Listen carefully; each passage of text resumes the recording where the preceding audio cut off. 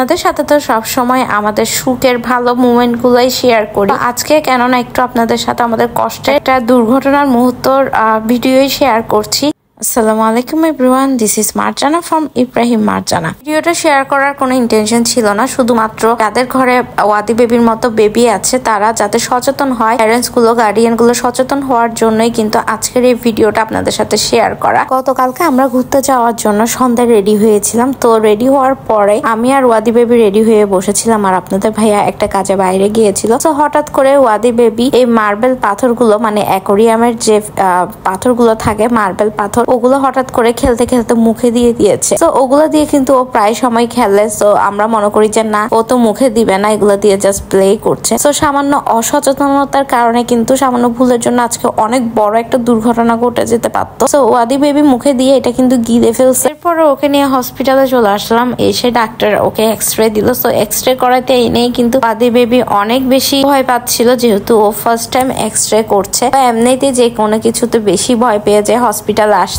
আমি ভয় পাই, তার উপর আজকে এক্সরে করছে। ফার্স্টে অনেক ফোর্স করাকরি হলো, এরপর আবার ওকে রিল্যাক্সে রেখে এক্সরেটা ফাইনালি করা হলো। সো এক্সরেতে আপনারা দেখতে পাচ্ছেন পাথরটা অলরেডি কিন্তু ওর পেটের স্থলীর পাশে আছে। সো আপনাদেরকে কিন্তু এক্সরেটা দেখিয়ে দিচ্ছি। আর এদিকে ওয়াদি বেবির ফেস দেখতে পাচ্ছেন, ওর ফেসটা কতটা আতঙ্কিত হয়ে আছে। বলছি আর কি খাবে, বলতেছে না আর খাবে না। ও স্টোন গুলো দেখে এরপর থেকে ভয় পাচ্ছিল। তো ফাইনালি এই দেখেন এক্সরেতে কিন্তু বুঝাই যাচ্ছে, সম্পূর্ণ ভিডিওতে কতটুকু বোঝা যাচ্ছে জানি না। যাই হোক, এরপরে আবার ডাক্তার কাছে নিয়ে যাওয়ার পরে ডাক্তার মেডিসিন দিয়েছিল, আর ডাক্তার বলেছিল এটা যেহেতু পেটে আছে, স্টোমাকে আছে, তাহলে টেনশনে কিছু নাই। স্টোনটা মার্বেল জাতীয়ই ছিল, একটু পিছলা টাইপসের। তো উনি বলেছিল যে এটি পটির সাথে বেরিয়ে আসার পসিবিলিটি অনেক বেশি, তাই উনি কিছু মেডিসিন আর লিকুইড জাতীয় খাবার খাওয়াতে বলেছিল ওয়াদি বেবিকে।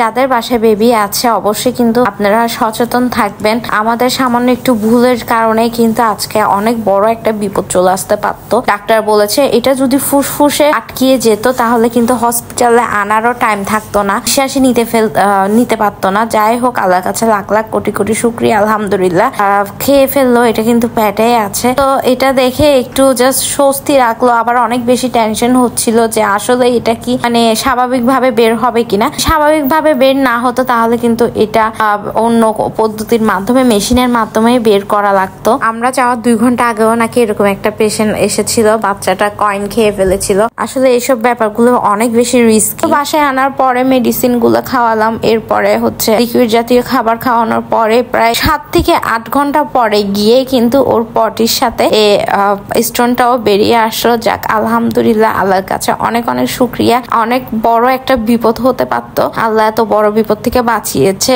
তো সবাই ওয়াদি বেবির জন্য অনেক বেশি বেশি দোয়া করবেন। আর যাদের বাসায় বাচ্চা আছে সবাই কিন্তু অবশ্যই অনেক বেশি খেয়াল রাখবেন, তাদের প্রতি অনেক বেশি সচেতন হবেন। তো সবাই অনেক বেশি সচেতন হওয়ার জন্য, এসব বিষয়গুলো জানার জন্য কিন্তু ভিডিওটা চাইলে আপনি বেশি বেশি শেয়ার দিয়ে দিতে পারেন। সবাই সবার বাচ্চাদের প্রতি অনেক বেশি সচেতন থাকবেন আর অনেক বেশি ভালো থাকবেন। That's it for today.